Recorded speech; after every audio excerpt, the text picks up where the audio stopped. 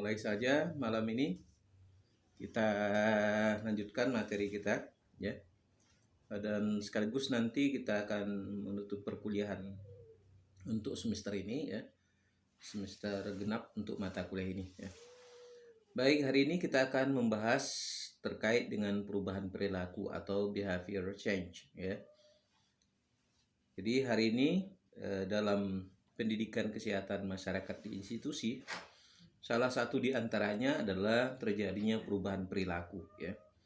Di perubahan perilaku ini ya, kita tahu bahwa di dalam perilaku ini ada 3 domain ya.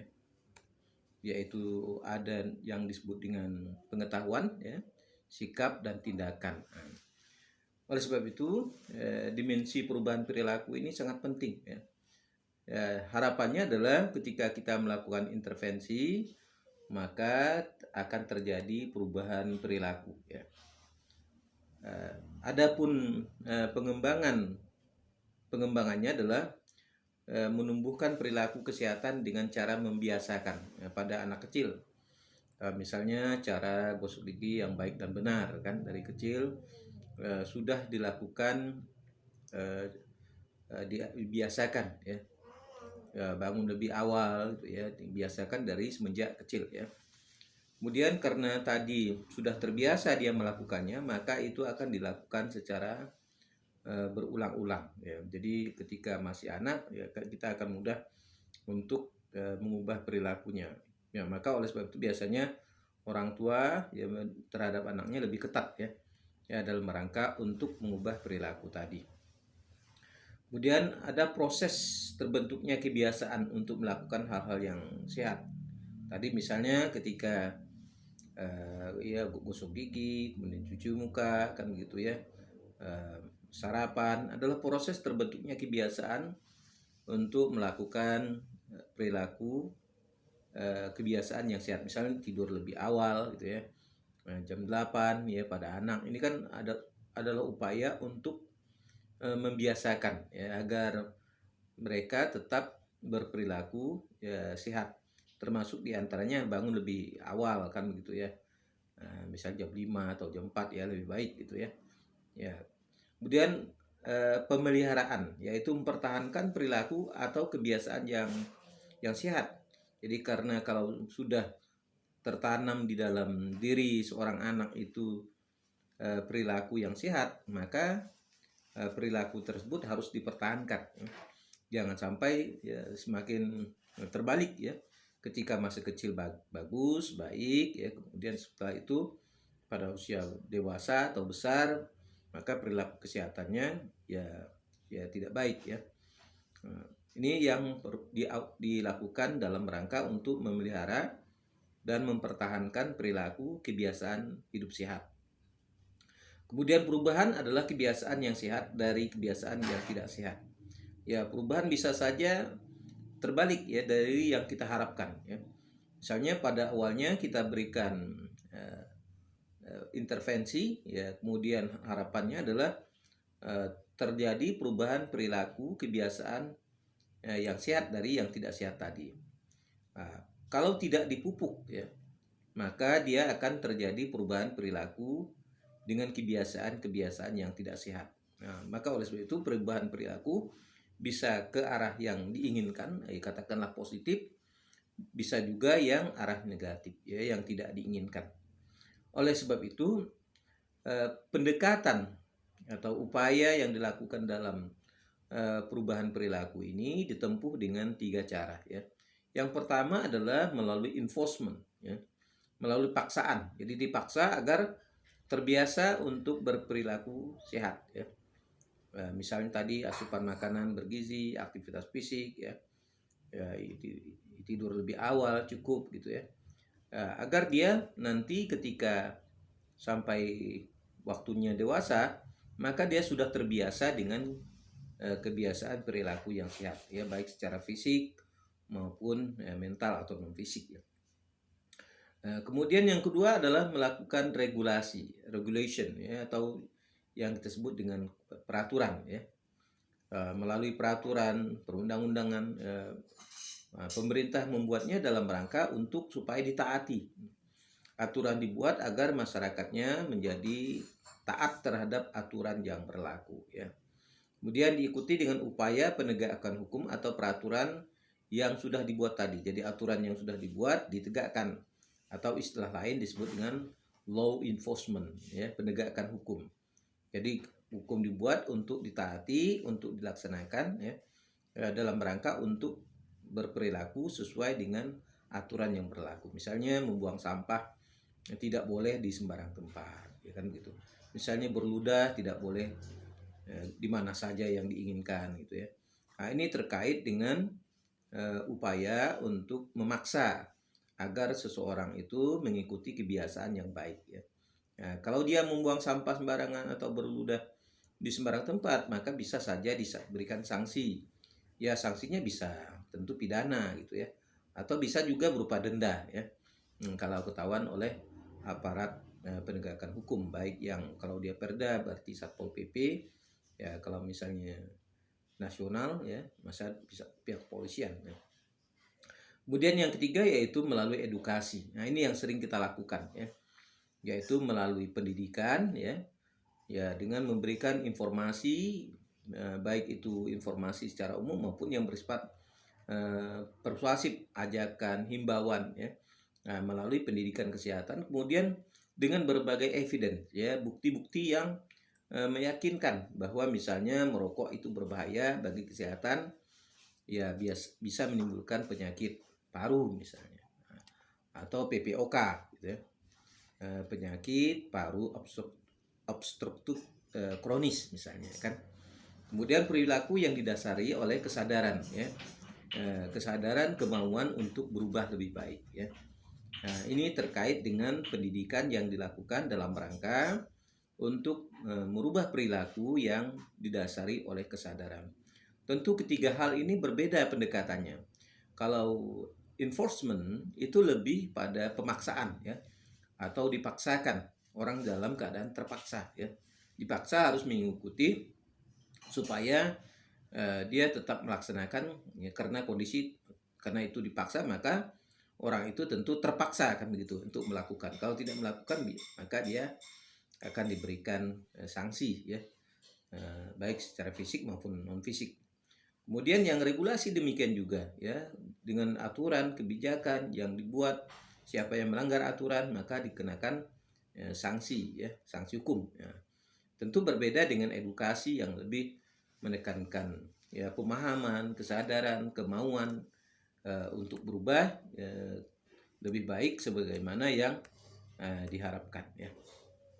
Adapun teori-teori yang terkait dengan perubahan perilaku ini diantaranya adalah yang paling umum adalah SOR, atau kita kenal dengan istilah stimulus organism response.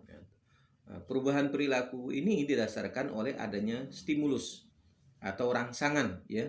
Rangsangan bisa saja berupa informasi, bisa juga himbauan ya, bisa juga berupa masukan gitu ya.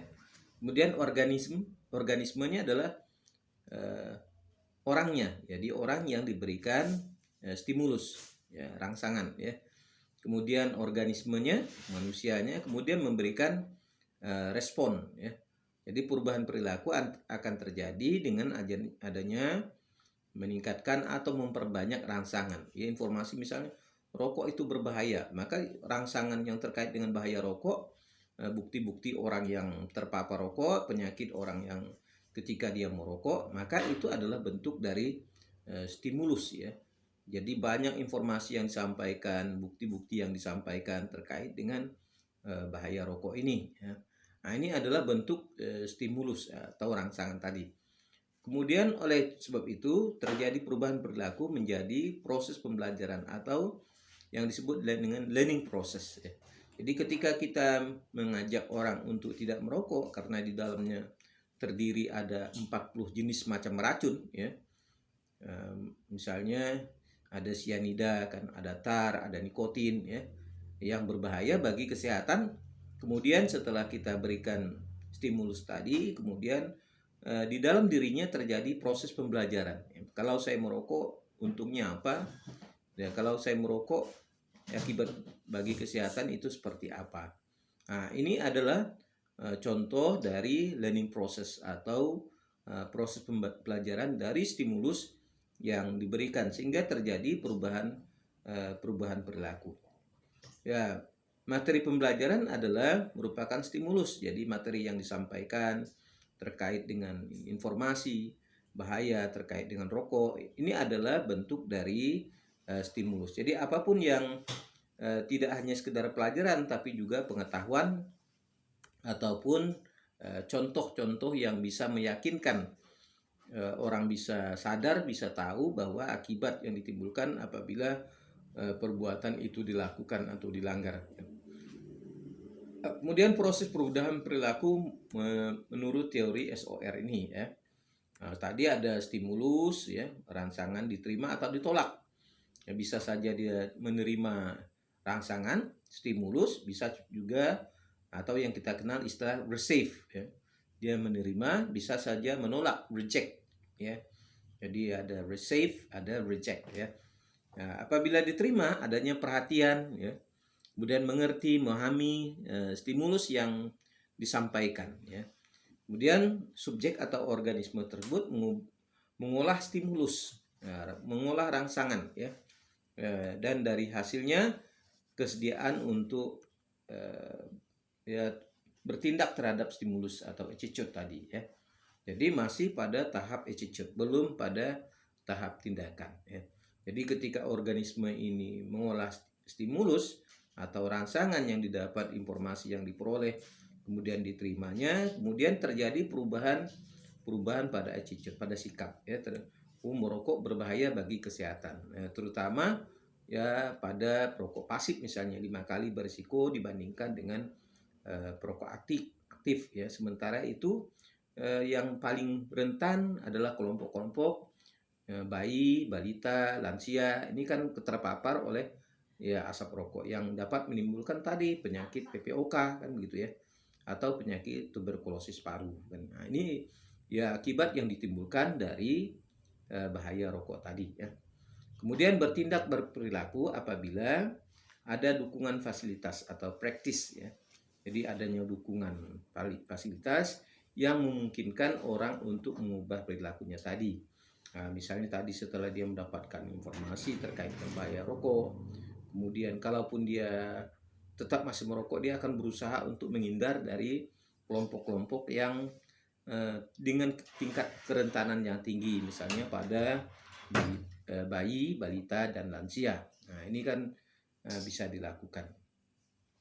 Kemudian contoh kasus pada ibu hamil yang tidak mau periksa hamil. Ini contoh ya. Stimulusnya adalah penyuluhan manfaat pemeriksaan kehamilan. Jadi kerugian bila ibu hamil tidak diperiksa hamil, di mana harus diperiksa hamil tersebut oleh kader atau bidan. Jadi misalnya kalau tidak dilakukan pemeriksaan, maka tidak tahu kondisi kandungan bumil. Ya, jadi kondisi kandungan bumil, kemudian janin dalam perut kan begitu ya, kemudian tekanan darah ibu hamil kan begitu ya, resiko lain misalnya tekanan darah tinggi ibu kan tidak diketahui yang bisa menyebabkan terjadinya pendarahan ya, atau juga bisa saja pada bumil itu terjadi anemia pada masa kehamilan, atau juga disebabkan oleh posisi janin dalam kandungan. Nah, ini kan kalau tidak dilakukan pemeriksaan. Sekarang yang menjadi sasaran stimulus itu adalah organisme adalah ibu hamil.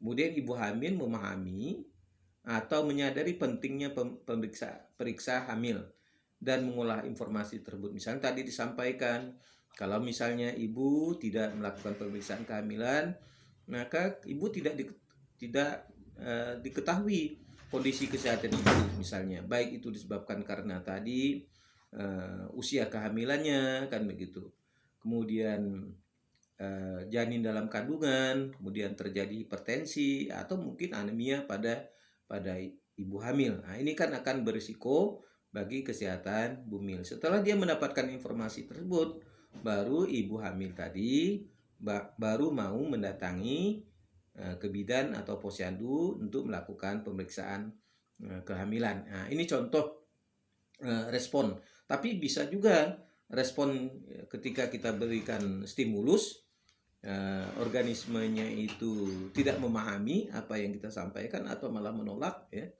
kemudian dia tidak datang ke bidan atau posyandu untuk melakukan pemeriksaan kehamilan. Nah, mungkin tadi di stimulusnya ini yang bisa kita lakukan secara lebih gencar, ya, sehingga dia mendapatkan dengan stimulus yang lebih banyak, ya, sehingga ibu hamil tadi bisa memahami pentingnya pemeriksaan kehamilan. Ya, kalau dia misalnya tidak melakukan pemeriksaan kehamilan, maka akan berakibat fatal bagi kesehatan ibu dan bayi, ya.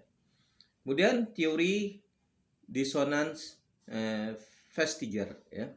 Nah, dalam teori ini yaitu perilaku seseorang pada saat tertentu karena adanya keseimbangan antara sebab atau alasan dan akibat atau keputusan yang diambil atau disebut dengan konsonan. Ada disonan, ada konsonan, ya. Apabila terjadi stimulus dari luar yang lebih kuat, jadi stimulusnya berasal dari luar, ya, maka dalam diri seseorang akan terjadi ketidakseimbangan.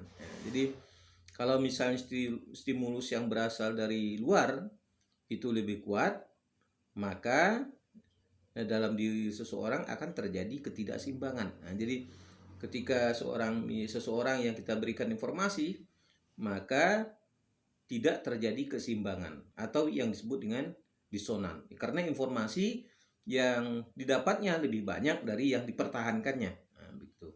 Jadi sehingga terjadi ketidakseimbangan karena informasi yang masuk itu lebih banyak, ya. Kalau akhirnya stimulus tersebut direspon positif, menerimanya dan melakukannya, ya, maka berarti perilaku baru hasil perubahan dan akhirnya kembali menjadi keseimbangan kembali, yaitu konsonan, ya. Jadi ada seseorang yang tadinya dalam keadaan konsonan, ya, kemudian diberikan informasi jadi disonan, ya, kemudian terjadi keseimbangan menjadi konsonan. Nah, jadi teori ini disebut dengan teori keseimbangan, ya, teori disonan vestiger ini, ya.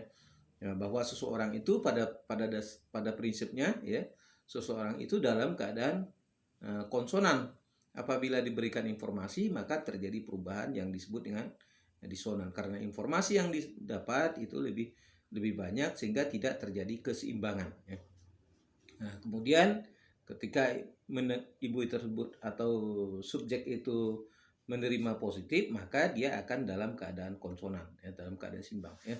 Rumus perubahan perilaku menurut Festinger ini yaitu di mana disonan, ya, dibagi pentingnya stimulus, ya, dikali jumlah kognitif disonan. Nah, jadi disonan ini pentingnya stimulus, ya, stimulus yang diberikan dikali jumlah kognitif disonan, ya, secara matematiknya, ya, dibagi pentingnya stimulus dikali jumlah kognitif konsonan. Jadi di atas stimulus dikali jumlah kognitif disonan, sementara pentingnya stimulus dikali jumlah kognitif konsonan. Jadi di atasnya disonan, kemudian di bawahnya konsonan, kemudian di sampingnya itu adalah disonan.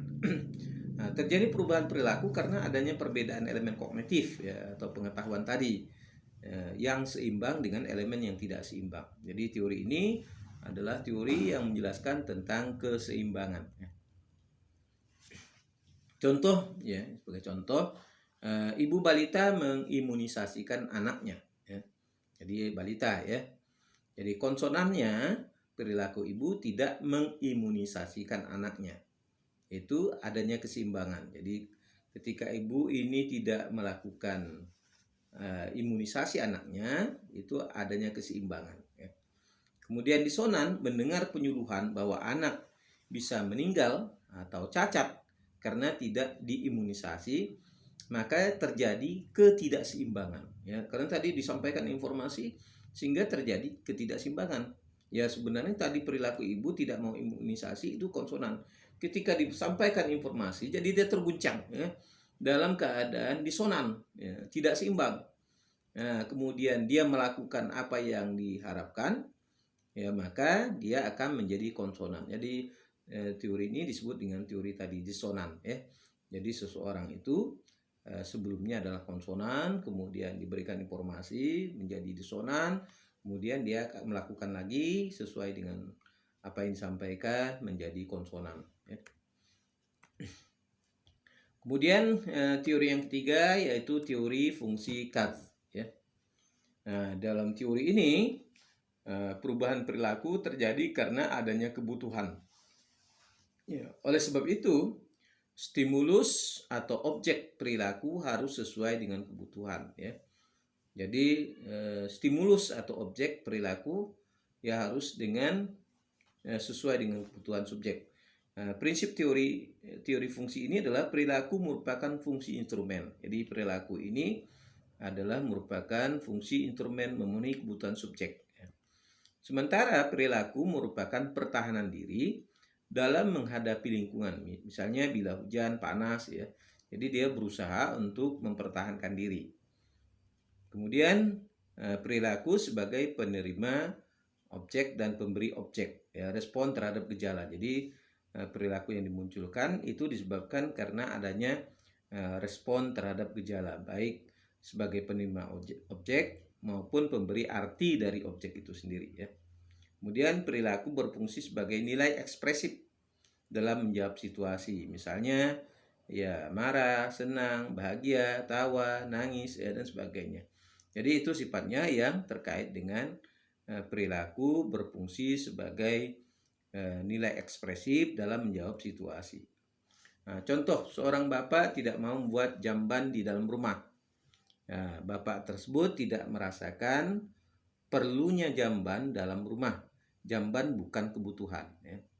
Kemudian setelah memperoleh informasi pentingnya jamban bagi kesehatan, adanya kasus anak balita yang meninggal akibat diare, akibat air yang digunakan tercemar oleh tinja yang dibuang sembarangan, bapak tersebut akhirnya mau membuat jamban karena memang butuh. Jadi berdasarkan pada kebutuhan tadi. Jadi kalau misalnya ya jamban itu tidak dibuat, maka itu akan menimbulkan diare. Kemudian yang keempat adalah teori driving force, Kaplan-Leviin. Ya. Teori ini menjelaskan tentang perilaku adalah merupakan keseimbangan antara kekuatan pendorong atau driving force ya, dan kekuatan penahan restraining force ya. Jadi ada kekuatan pendorong atau yang disebut dengan driving force dan kekuatan penahan restraining force ya. Perubahan perilaku terjadi apabila ada ketidakseimbangan antara kedua kekuatan tersebut. Jadi dia akan berubah ya, karena kondisinya antara driving force dan restraining force itu dalam keadaan seimbang ya. Jadi kalau misalnya perilakunya berubah karena ada sesuatu yang tidak seimbang antara dua kekuatan ini. Bisa saja kekuatan pendorong, driving force-nya lebih kuat ya, atau juga restraining force-nya yang tidak kuat gitu ya. Jadi kekuatan itu kalau dia seimbang ya jadi ya tidak mempengaruhi perubahan ya. Tapi kalau dia misalnya terjadi perubahan ya karena ada yang tidak seimbang ya. Kemungkinan terjadi perubahan perilaku menurut teori driving force Kaplan-Leviin ini yang pertama adalah kekuatan pendorong meningkat, kekuatan penahan tetap. Jadi dorongannya itu lebih kuat. Nah, jadi kita memberikan informasi itu lebih banyak dorongan ya. Sementara penahannya tetap. Jadi daya tahan terhadap informasi yang kita sampaikan, edukasi yang kita sampaikan itu lebih kuat. Sehingga dia tidak mampu, pertahanannya tetap. Sehingga dia tidak mampu melakukan pertahanan. Nah. Kemudian yang B adalah kekuatan pendorong tetap. Yang mendorong tetap, kekuatan penahan menurun. Nah, ini bisa terjadinya perubahan. Ya. Nah, kalau misalnya dorongan pendorongnya tetap, kekuatannya menurun, ya maka akan terjadi perubahan juga ya. Ya karena tadi kekuatannya yang ya katakanlah lebih besar daripada kekuatan penahan ya. Kemudian yang C adalah kekuatan pendorong meningkat. Jadi daya dorongnya meningkat, kekuatan penahannya menurun. Nah, ini juga bisa menyebabkan terjadinya perubahan ya, perubahan perilaku. Karena yang mendorongnya lebih besar ya, sementara kekuatan yang untuk menerima informasi itu sudah melemah.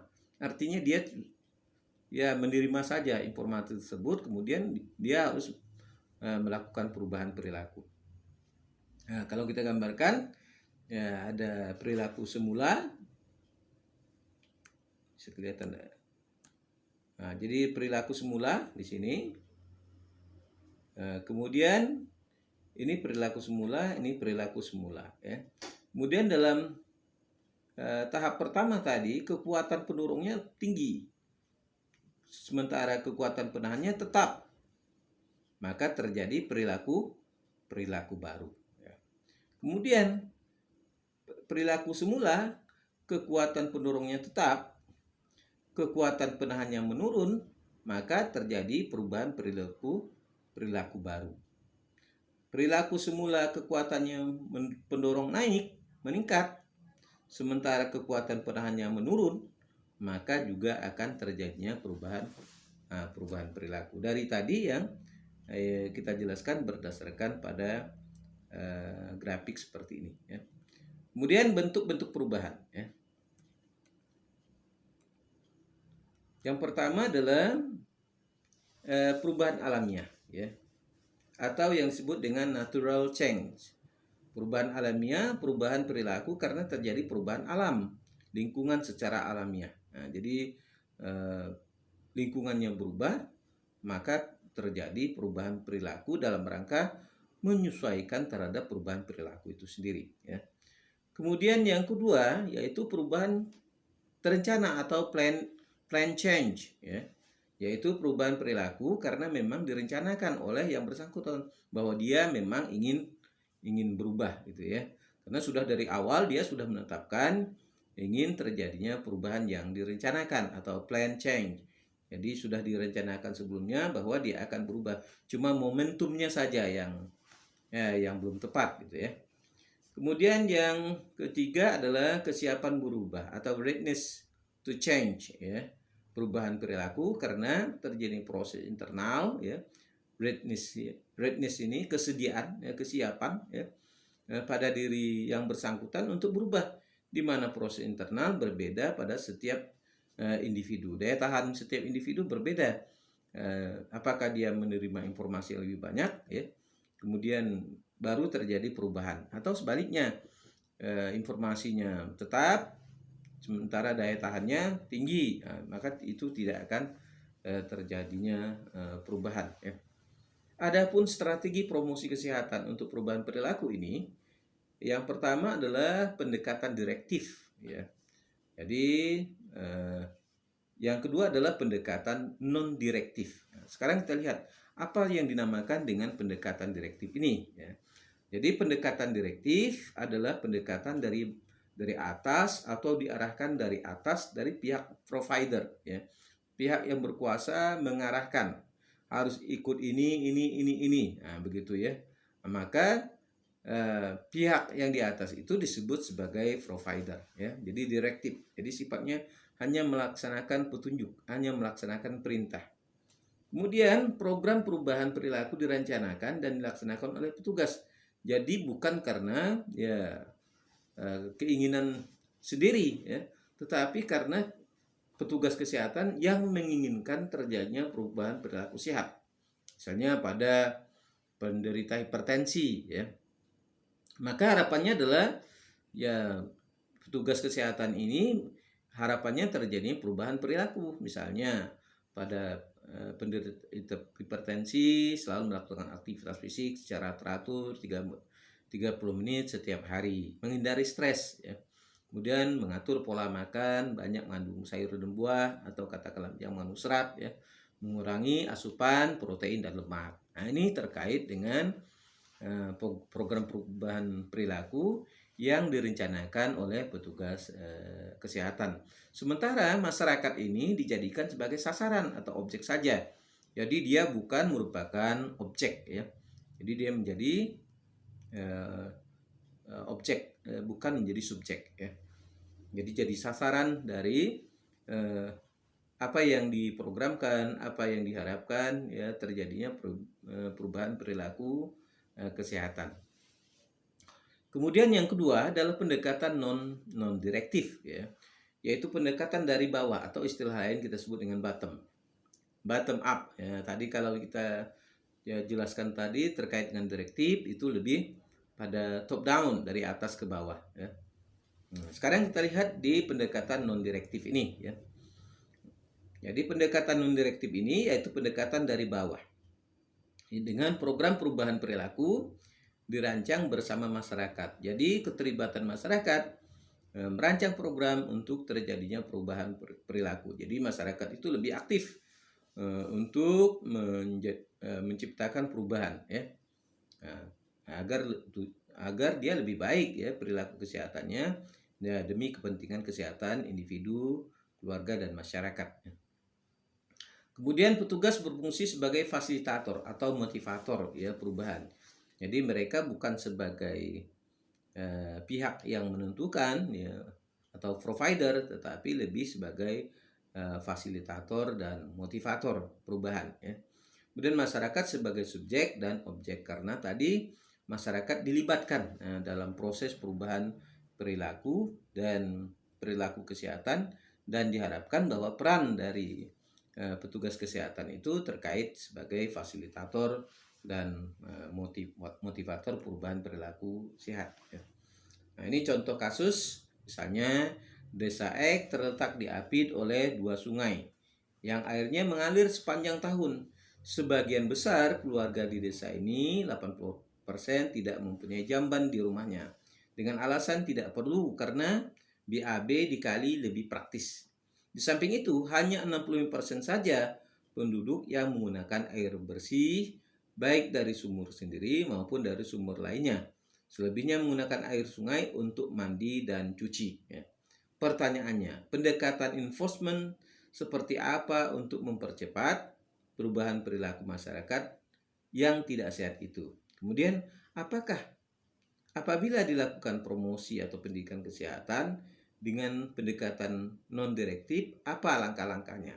Nah, ini contoh dengan kasus tersebut, kemudian nanti dibuat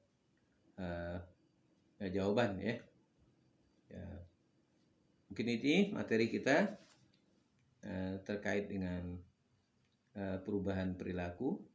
Silakan, mungkin ada yang mau ditanyakan.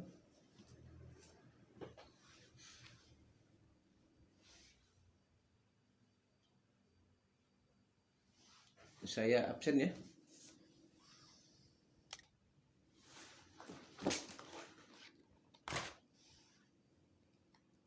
Silakan, ada yang mau ditanyakan? Kalau tidak ada, kita akhiri saja pertemuan kita dan kita tutup ya untuk mata kuliah ini. Selamat menempuh ujian akhir semester. Ya, nanti kita ujiannya di kelas ya menggunakan e-learning. Jadi siapkan ya paketnya ya. Ya kalaupun internet wifi di kampus itu ada ya syukur bisa di kampus ya. Tapi cadangan lah ya buat cadangan. Mungkin itu yang bisa saya sampaikan. Terima kasih atas perhatian Anda. Selamat malam. Ya, assalamualaikum warahmatullahi wabarakatuh ya.